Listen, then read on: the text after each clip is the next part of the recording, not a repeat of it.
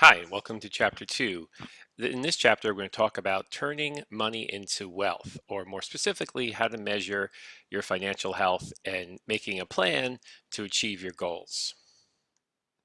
Now, here are more specific learning objectives for this chapter. So, we want to be able to understand how you can calculate your net worth. We want to analyze your money, your cash flow. We want to look at personal financial ratios that can help measure your financial strength. We want to talk about setting up a record keeping system to track your income and expenses and investments. We'll talk about implementing a financial plan or budget that help you to achieve your goals and deciding whether or not a professional planner will play a role in your financial life.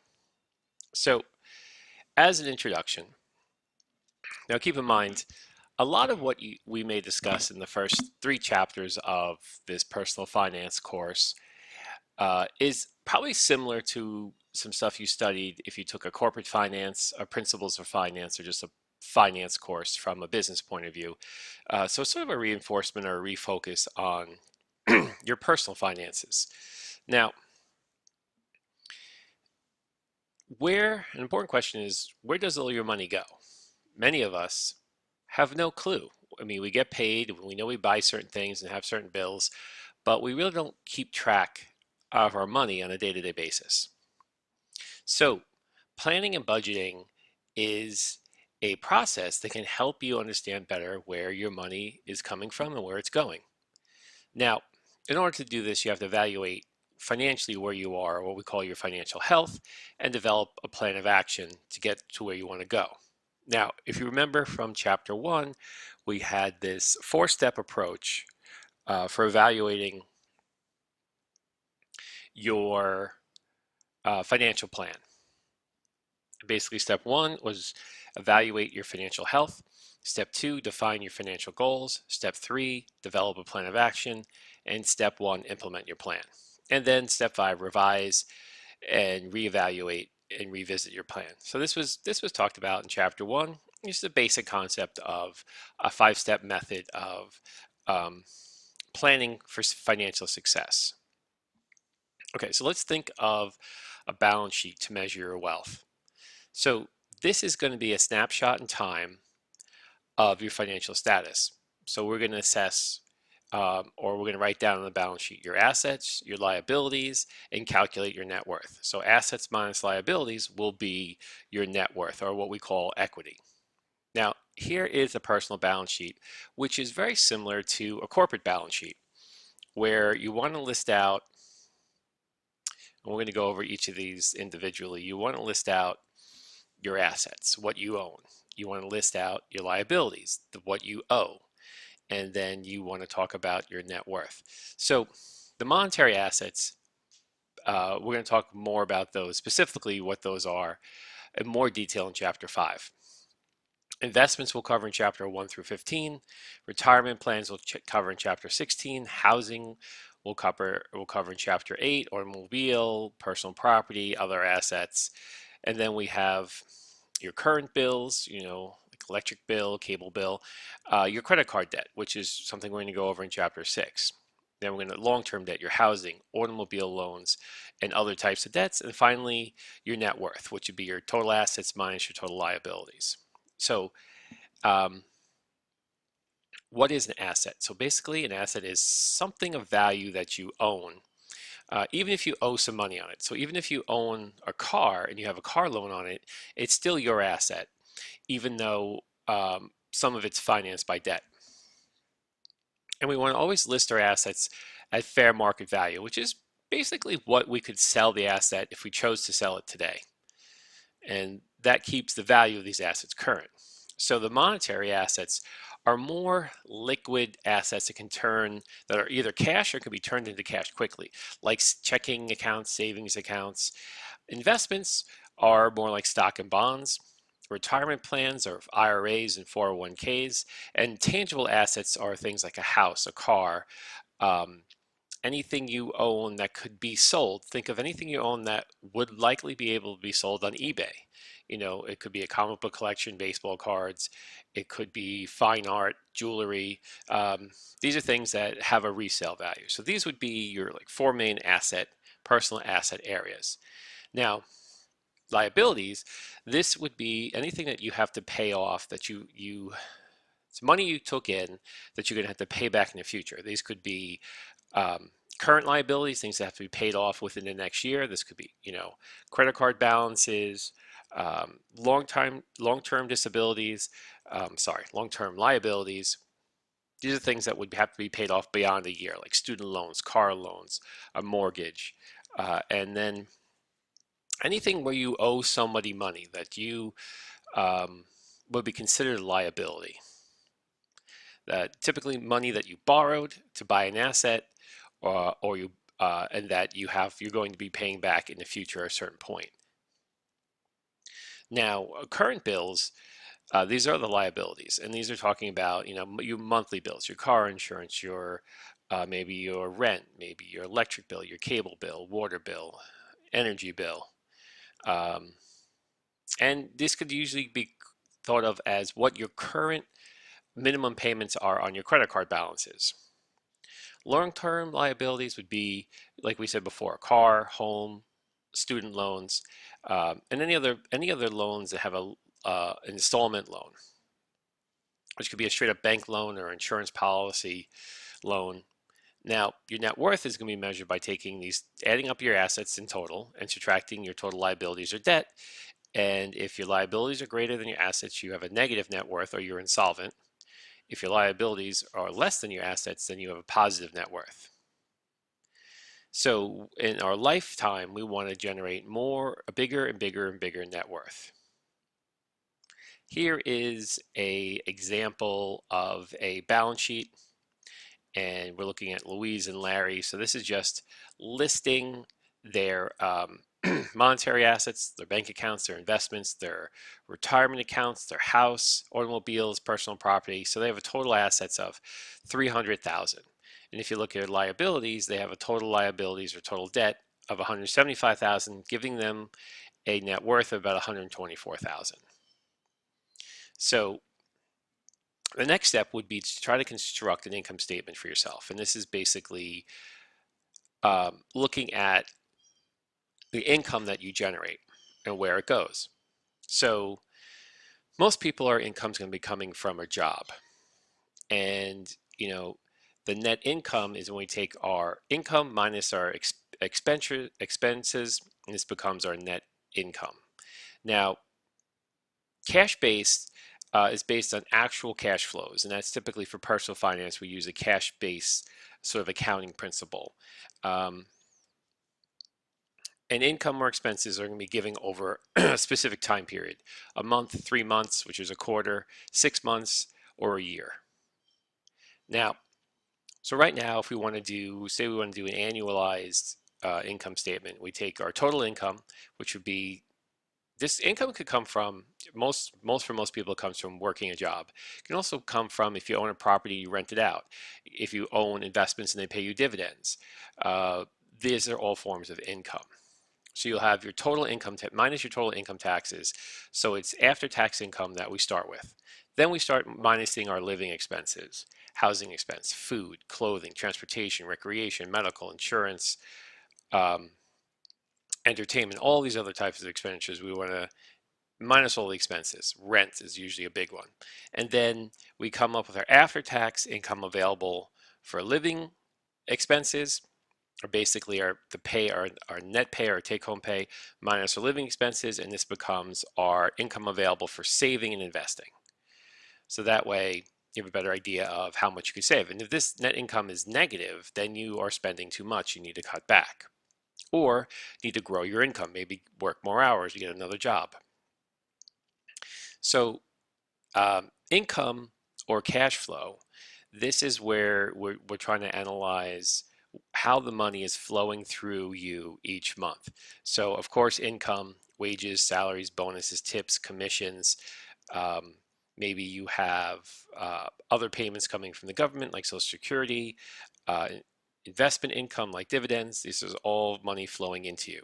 And of course, you have to take out of that money any tax you can owe on the money, federal, state, city tax, Social Security taxes that come out of your earnings. So this is what take all your taxes away, and this is what becomes your take-home pay. Now, cash transactions, it's difficult if you use cash to buy things with. So I always recommend, and we'll talk more about credit cards in chapter 6, is that you want to use a debit card or a credit card to try to make all your purchases and expenses on. This way, you have more of a paper trail of where your expenses are, and then you could start breaking your expenses into variable and fixed. So variable expenses would be like, you know, anything that could vary each month. Like electric bill can vary depending on how much electric you're using. A water bill can be a variable expenditure, but rent is usually fixed. It's usually a fixed amount per month, or maybe if you have a car loan, that's a fixed expenditure. So you want to gain control over your expenditure. So having a better paper trail of everything you spend, down to a pack of gum, up to purchasing a vehicle, you want to have records of all this expenditures. Now, if you look at how Americans spend their money, we have a couple of brackets here. I'll have to try and move this up a bit. You can't see the top of this, sorry, going the wrong way. But this is low income, 11,000, 19,000, middle income, and then above 144,000. So by far the biggest expenses are housing.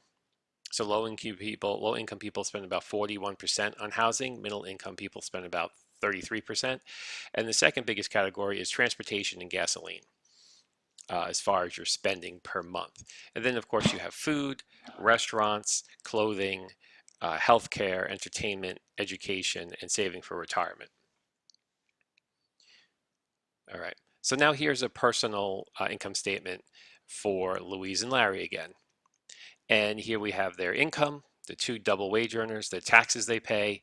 So then we have their after-tax income, their housing expenses, their food, clothing, transportation, recreation, medical, insurance, other expenditures. So their total net income available for savings at the end of the year is only $4,276. So basically this helps to, that's why it's good if you use a credit card or income or a debit card to keep track of all your transactions. Now, a lot of credit card companies will give you a breakdown of your spending in different categories to make it easy to put it into these different expenditure accounts.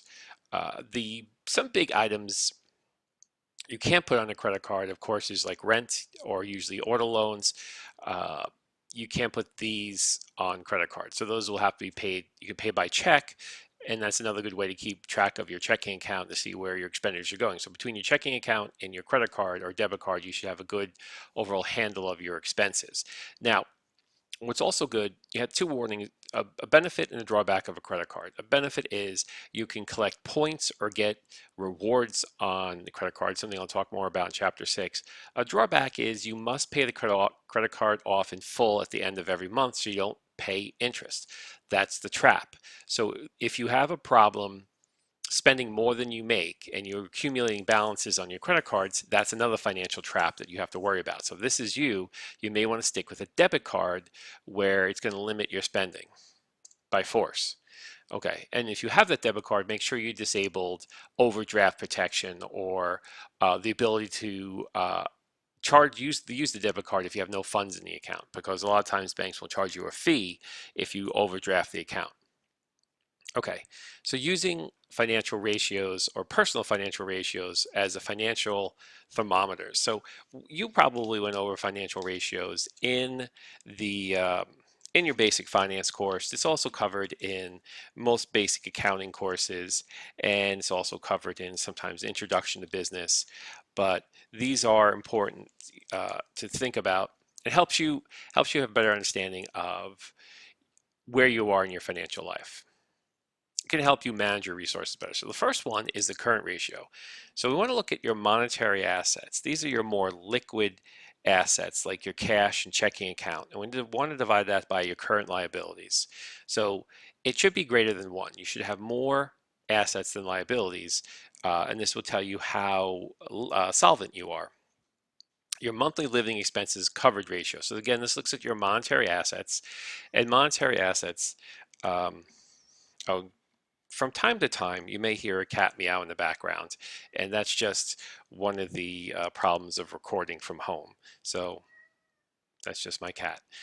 Anyway, now your monetary assets divided by your annual living expenses divided by 12. So this will basically your monthly living expenses, and this will say how many times your month of expenses do you have in your monetary assets, and you should aim to have 3 to 6 months or a ratio between 3 to 6 of liquid assets, and this is enough to get you by in case of a job loss or income reduction. Okay, so now the next ratio, debt ratio, should decrease as you get older. So in the beginning, your debt, you take on a lot of debt when you start life. You may borrow money for school, for a house, for a car, and your debt goes up. While your total assets also go up because every time you buy one of, even though I don't think you measure your college degree as an asset, but certainly your house and your car you can add into your total assets. But as you get older, you gradually pay down these debts, and your debt ratio will decrease, which is a good thing. Now, yeah, and you want this to be um, something, it's a good monitor of progress, basically, if you track it every year. Now, your long-term debt coverage is your total income available for living expenses divided by your long-term debt payments. So this looks at your debt coverage. And again, hopefully it's greater than 2.5. Now, your savings ratio, here's an important one. So we're going to look at income available for saving and investment divided by income available for living expenses. So uh, now these are two things that we calculated on the income statement. So this will basically tell you what your savings ratio is. So if you save $1,000 a year and your income available for living expenses is 10,000, it means that you've taken 10% of your income available for expenses and saved it. So this is a saving ratio is something that should grow as your income grows. Typically, as soon as we start to make more money, we start spending more money. And most people live what they call paycheck to paycheck, where they're spending pretty much everything they earn within a week of earning it. So you don't want to do that. What you want to do is continue, pick a target savings rate. Maybe you start out with 5% or 10% of your income and put that aside. And as your income grows, this will naturally grow because that 5 or 10% of your total income grows along with your salary growth. So maybe you only start out making 50,000 and you save 5,000, but then within 10 years you're up to making 100,000, you're saving 10,000. Okay. But it's important that you have a record. So you have to um, keep records. So you're an adult now, and part of adulting is keeping records. And this is going to be very important for your taxes. So any investment trade you make, whether it's Bitcoin or stocks or bonds, you have to keep a record of those buy and sells of those trades because you're going to owe taxes on them. All your loans and every financial transaction you make could result in maybe a tax deduction. It could result in, something you have to report as far as your interest you earn, dividends you earn, capital gains you earn, income. So you have to keep track. But by keeping track of your expenses, you know how much you're spending. And that's key. You can't really decrease your spending until you can overall see where you're spending a majority of your money in. So for some people, they might discover, hey, we're spending $10,000 a year in eating out. So what that means is, you're spending about $200 a week in eating out. So maybe you could cut back and, how many times you're eating out a week, maybe 4 times a week, and then you cut that down to 2 times a week.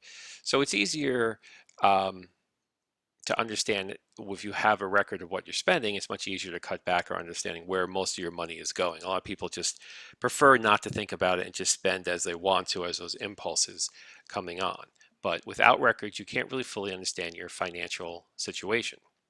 So um, keep track of all your financial dealings. So credit cards and checks are a great way to keep track of your expenditures. So try to get off of a cash lifestyle. Don't carry cash around with you. Don't take cash out of the bank. Don't pay for anything with cash. Use either a credit card, debit card, or personal check. Now, when it comes to credit cards, you can pay almost anything with a credit card, except usually rent and loans like automobile loans or leases like a car lease. But everything else, most every bill and expenditure you have or any purchase from a store can be placed on a credit card. It's much easier to track of your expenses, and credit card companies do a good job of, as I said before, organizing these expenses for you at year end.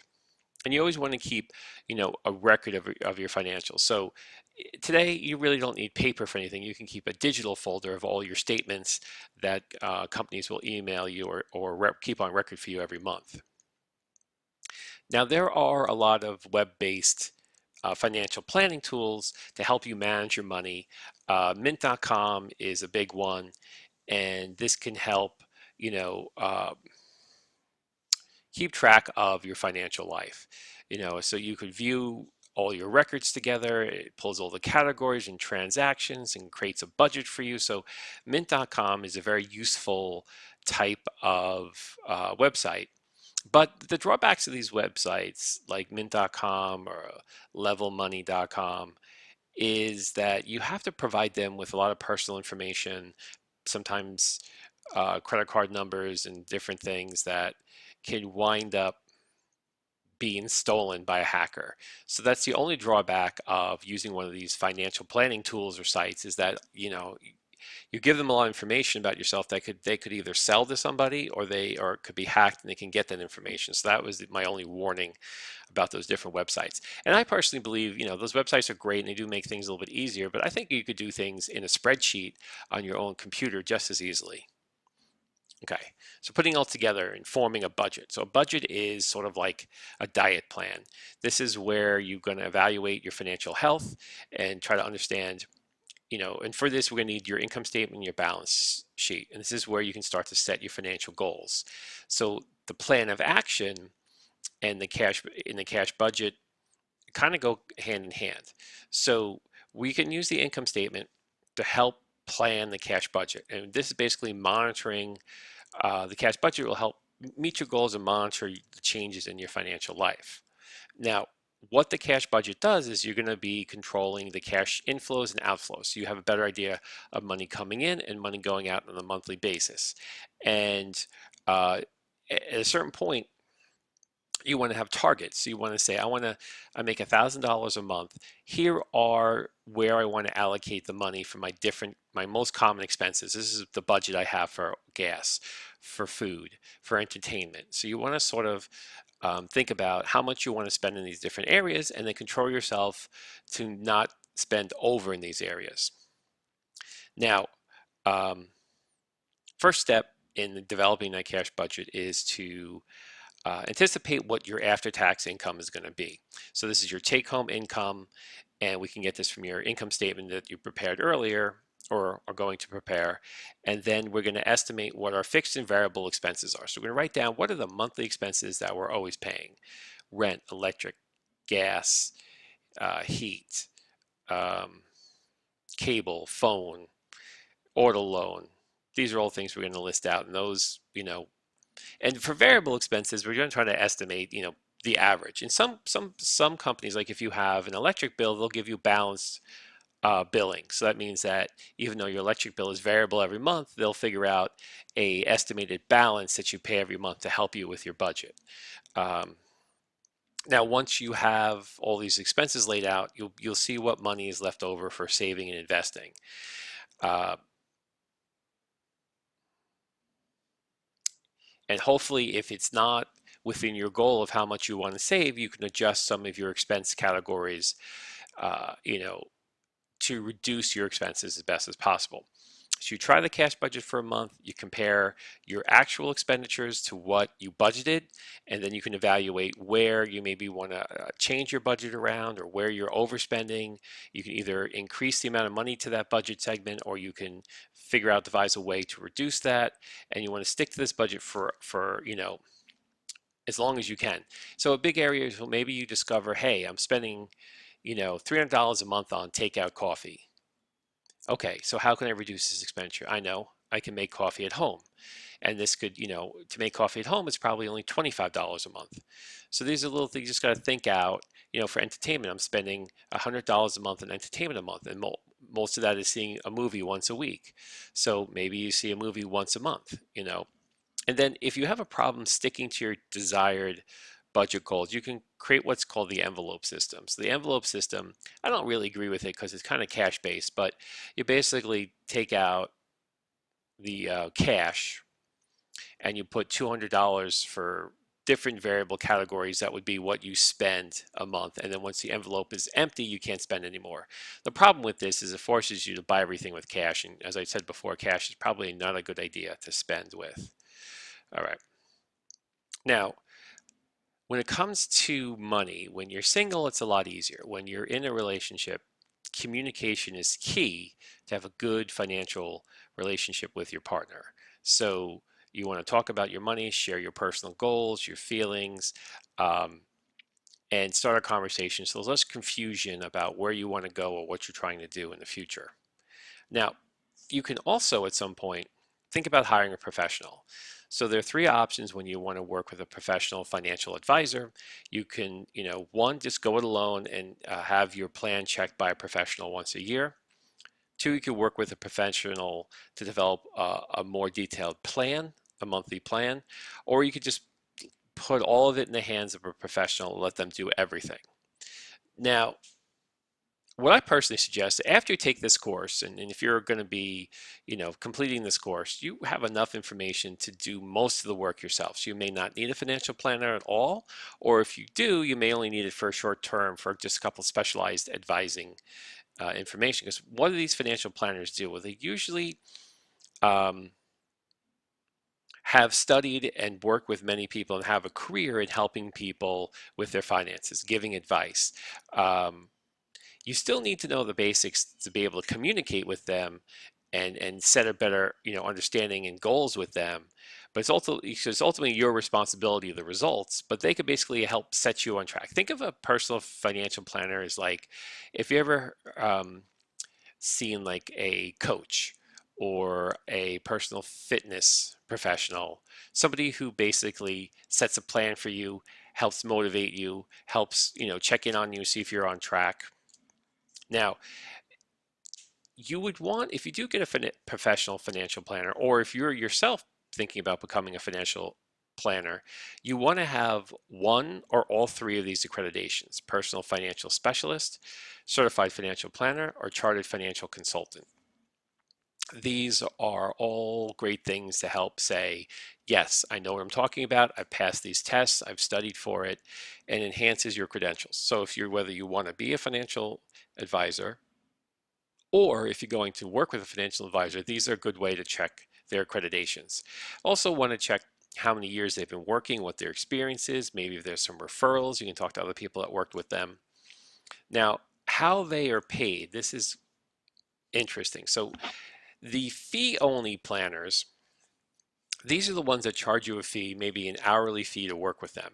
They're typically the ones that have your best intentions in mind because they want your repeat business. So they want to set up, do a good job for you. Say if you hire them for 2 hours or 5 hours to set you up initially, and then they want you to come back with them in a couple of months or a few years to keep working with them.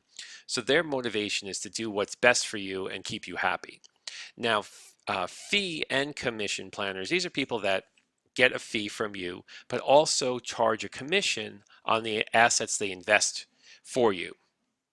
Now, this is a little bit more complicated, and this also leads to commission-based planners who only get compensation in the way of commission, which a lot of people go for because there's zero money up front. You don't pay a fee to them, and they receive 1% of your assets in commission, and that's every year. So it can be much more expensive to go with a commission-based planner, and sometimes commission-based planners can be more aggressive of putting you into mutual funds or investments where they get higher commissions because not all commissions are the same. So you want to be careful about that. So like I said, I think the best thing to do is go with a fee-only planner and try a couple hours with a fee-only planner and have them, review what you've done and give you some advice. And it doesn't take long for them to put you in the right track or put you in the right accounts or give you good advice. And it's probably you pay money up front, but it's probably the least expensive and the most effective ways to go with the fee-only planners. Now, as a summary to this chapter, um, you want to use a balance sheet, create a balance sheet for yourself to really understand the money that your involvement with money, your assets, your liabilities. Create an income statement for yourself to really understand where your money goes, where it's coming from. And use financial ratios that you can update annually to get a better idea of how you're improving in your financial metrics. Um, Develop a habit of keeping records or organizing your records, even if it's just putting all your statements in one file folder on your computer, so you can go back to and organize them uh, to help get a better idea of what your spending is. And then create a cash budget for yourself. Just create a budget that you can plan and evaluate your spending and savings, and pay yourself first. So if you set your savings goals, make sure you pay yourself before anybody else. And of course, if you don't have enough money to meet all your expenditures, either cut back on your expenditures or hopefully, in the worst case scenario, reduce your savings. And think about professional financial planners, either as a career or as someone who can help review your plan and help you develop a better plan moving forward. So. Uh, It's sort of like a fitness consultant, like I was saying before. They can help make a workout plan for you and even work out with you in the beginning to show you how to do better form and give you a better idea of how often and when you should work out, and maybe, you know, but that's more on the physical side. This is on the financial side. So for some people, this could be a good choice. Especially, there are many people who, if you become very wealthy, at a certain point, you're going to need to hire professionals, accountants, financial planners, um, to help you best manage your money, because you can't know everything. It's just impossible to know everything. So if you hire these specialists that know a lot about one area, they can hopefully pay for themselves many times over by making better decisions for you. Okay, so that's the end of chapter 2. I look forward to talking with you on chapter 3. We're going to be talking more about the time value of money, which for most of you may be a review, but it's always a good review uh, to know about time value of money, and reinforce some of those key learning goals of that chapter. Okay, thank you for your time, and I'll talk to you soon.